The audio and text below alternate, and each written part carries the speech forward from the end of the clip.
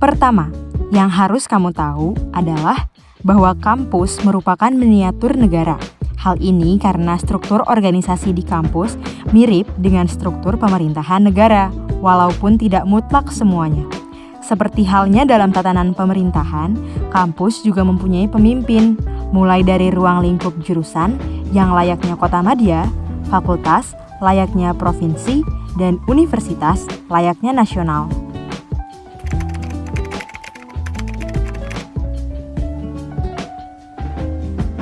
Betul sekali. Tapi tidak lantas semuanya relevan diterapkan di kampus dengan satu dan lain alasan. Oleh karena itu, kampus juga menerapkan sistem pemerintahan yang sangat mirip dengan negara. Ada eksekutif, legislatif, dan yudikatif. Untuk poin yang terakhir, kita tidak akan membahasnya karena masih banyak kampus yang belum menerapkan lembaga yudikatif dalam sistem pemerintahannya. Kembali lagi, tidak semua relevan diterapkan. Sederhananya, dalam sistem pemerintahan kampus juga terdapat desentralisasi kekuasaan pada beberapa lembaga. Di Universitas Siliwangi misalnya, ada BEM dan BLM. Keduanya memiliki fungsinya masing-masing. Tepat sekali.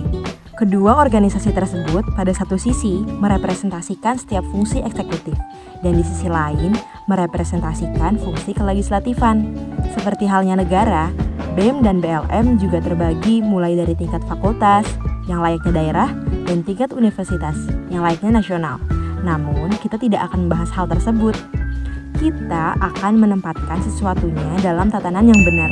Oleh karena itu, pertama, kita harus bisa membedakan terlebih dahulu fungsi eksekutif dan legislatif dalam kampus.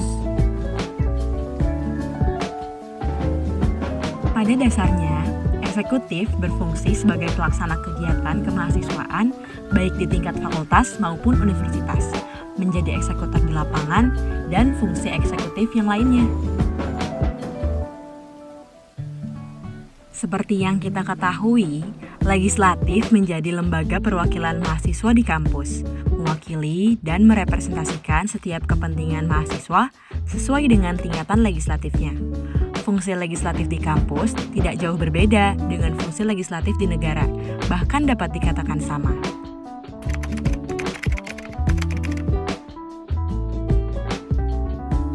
Tepat sekali.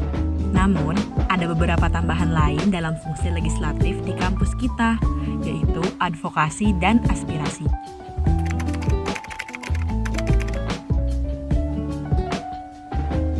Jadi, fungsi legislasi itu menunjukkan bahwa legislatif memiliki fungsi untuk merumuskan, merancang, dan membuat suatu aturan atau perundangan yang harus dijalankan oleh badan eksekutif mahasiswa. Dalam satu waktu, legislatif juga menentukan rancangan anggaran peraturan dan keuangan bersama dengan eksekutif. Itu merupakan fungsi dari budgeting atau anggaran.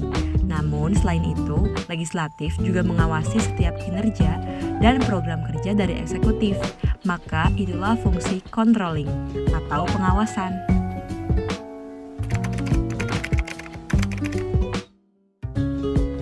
Tentunya hal itu dilakukan agar setiap kinerja dan program kerja eksekutif berjalan sesuai dengan aturan, tujuan, dan target yang telah ditentukan. Manusia yang mempunyai kekuasaan tak terbatas pasti akan menyalahgunakannya secara tak terbatas. Begitulah dalilnya.